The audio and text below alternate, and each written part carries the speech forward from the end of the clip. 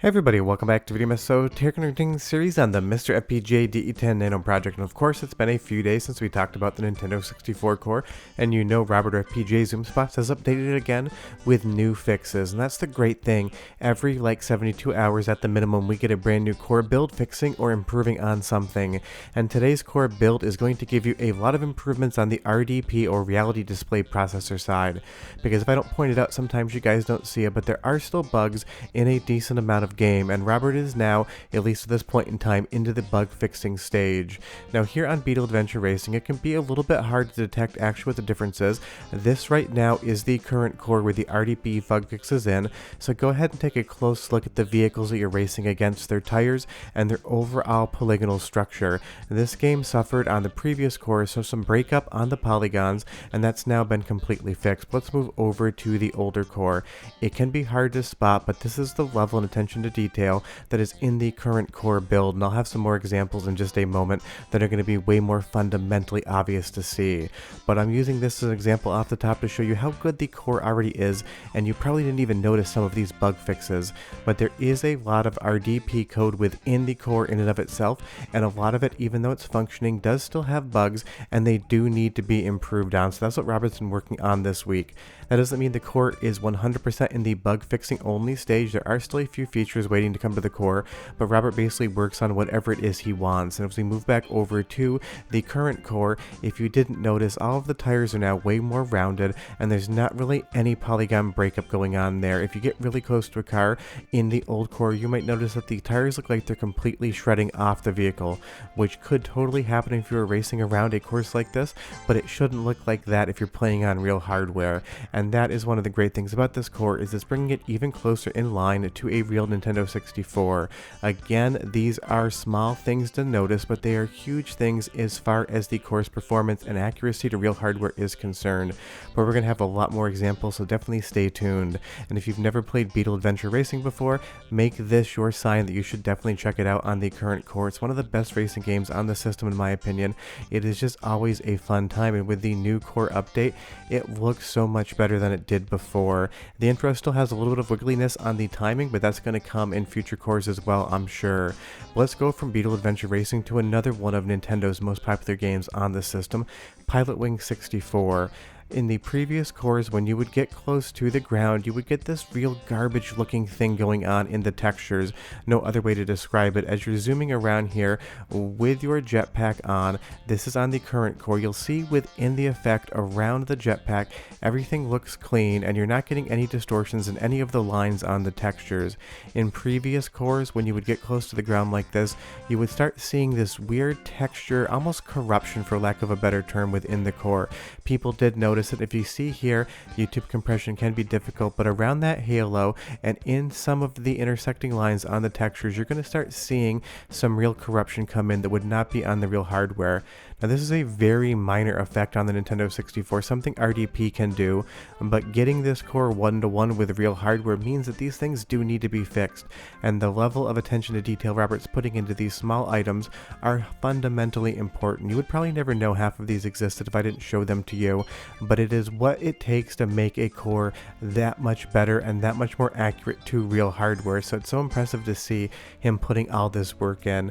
And the last time we took a look at Pilotwings, it was also running maybe not perfectly as far as the speed was concerned. Obviously this is not the turbo core, it's the stock CPU speed core, and this seems to be running performance wise right up to par with an original Nintendo 64. But take a good look at the image. I depend on your guys' eyes as well. See if you see anything in these next two examples. Right now we're going to be going through one and then the other. I'm not going to tell you which one is which. I kind of want to test you and see if you can actually detect where the issues are in this. I think you probably could just see something right there that would tell you what source we were at. Now we're going to move over to a different core, the one that either does or doesn't have the fixes, and you tell me, looking around that halo, which one you think is which source. It should be pretty obvious on this one, but you never know. And again, if you're watching this on your phone, maybe pop over to the TV for a second watch, not just for the extra views, but so you can actually get a better look at what's going on. Now Blast Corps has a very obvious example of what these improvements do, and it's not so much within the game, it's within effects in the world map. If we take a look at the world map right here, right now, this is on the previous core, and you're going to see all of these odd lines across the globe. It's almost like there's a texture or a polygon issue where they're marrying up. It might be a polygon, it might be a texture, but there seems to be these visible seams and distortion on the globe that were definitely not there on real hardware. Now with the current core, you can see that it's 100% fixed. There's no wobbling, there's no lines, there's no issues whatsoever, and that's a real obvious example. But as we get into the gameplay of Blast Core as well, as far as the gameplay is concerned, if there is any difference with real hardware in the performance or visual aspect, I could not find it whatsoever. But if this is your favorite game, definitely watch closely and tell me if you see anything that doesn't look correct. You might notice a weird line here or there, but I've checked my original Blast Core cartridge and I see those on real hardware as well, so it just seems to be something about how this game is actually running on the Nintendo 64 hardware. But from the text to all the buildings to all the destruction and different particle effects, this just seems to be as close to real hardware as you can get without plugging in your real Nintendo 64 cartridge. And that's where we're at with the core right now. Some games, before you ask, like Jet Force Gemini, still are not working in the core, and those are going to be bigger fixes later on. Robert's just basically been going through bugs, taking a look at what people are seeing on Mr. Discord chat, and going in and kind of fixing things in the background so that a lot of these things get improved. And it totally makes sense from a work perspective as well. A lot of times I edit videos that you're going to be watching in 8 months because I'm not in the mood to take on the thing that I need to do next week.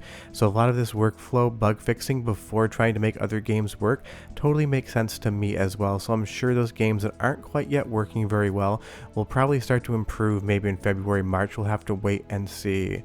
But let's move over to another example so you guys can get a look at another game that's definitely seen some visual upgrades since the last time we took a look at it. And big thanks to Andy D for helping with the captures again on this episode. He loves that hard shell taco, and I do not blame him. But take a look at the tomatoes, take a look at the hard shell, and most importantly, take a look at the heads-up display in the bottom right-hand corner. It looks like it should. You see your RPMs, you see how much nitrous you have, you see your overall speed in miles per hour. Sorry, it's not clicks for my European friends, that's just how they made the game.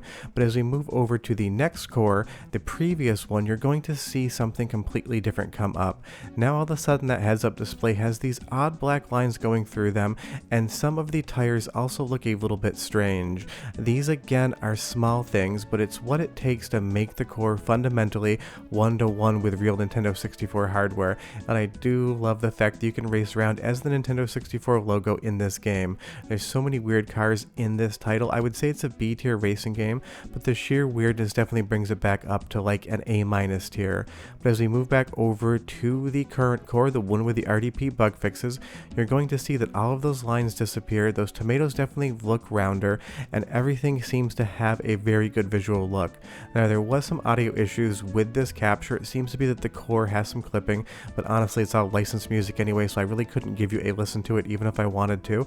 And as we move back over to the previous core, again you're going to see just some stray lines and bits on the screen that shouldn't be there. What's happening is the RDP is drawing the graphics to the screen, but there's a bug in the implementation somewhere that FPGA Zoom Spots has now fixed up. And that's the interesting thing on how all these things work. You would think hardware either works or doesn't. Yes or no, on or off, 1 or 0.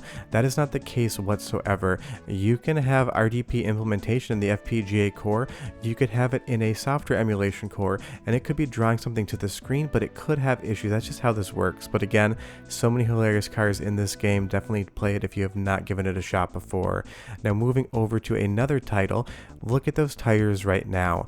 If your tires look like that in real life, you are shredding them on the highway, you should immediately pull over. All jokes aside, there's definitely some polygon issues and some other of those black line issues here within the tire example in and of itself. And a lot of those billboards also have a shifting where the top part of the texture is shifted like 1 or 2 pixels to the left compared to where it should be. Now that we move over to the current core with the RDP bug fixes, all of those billboards are perfectly aligned, and these tires now look about as good as the Nintendo 64 could render them. We don't have that black line garbage coming off the tires. They just look like they should actually be racing and not be brought in because they're absolutely falling apart. And it seems like this is what the RDP bug fixing is for this round. There's some stray issues with drawing graphics to the screen, and it comes out in either some sort of breakup on polygons or some sort of black line thing going on. This is the intro lockdown, and again, take a look at those tires. They have strips of rubber coming off of them. Obviously, I'm just joking around. It is just a draw issue as far as RDP is concerned. Now, when we move over to the same demo from the current core, you're going to see that again, all of the tires look correct, and again, the shadow box as well, if you didn't see from the previous example, no longer has a line around it. This has just cleaned up the image and made it look better, but that's how good this core currently is, and that's where we're at right now. Small bug improvements that are making games that already look decent look as close to one-to-one with original hardware as we can get at this point in time. And that's the interesting thing too about this. It seems like racing games benefited the most from this current core update. It's just one of those things. Those tires, the motion were really easy to spot differences. And I know there's other games that have seen improvements as well. So if you've been testing the core, tell me down below what you've seen on the most recent one. And just so you know, like everything, this is still a manual install. It's over on the MiSTer Discord FPGA channel under test builds. You can grab it there. But as far as the current status of the core is concerned, it is so good. There's so many games that you can play from start to finish 100% and have a great time with.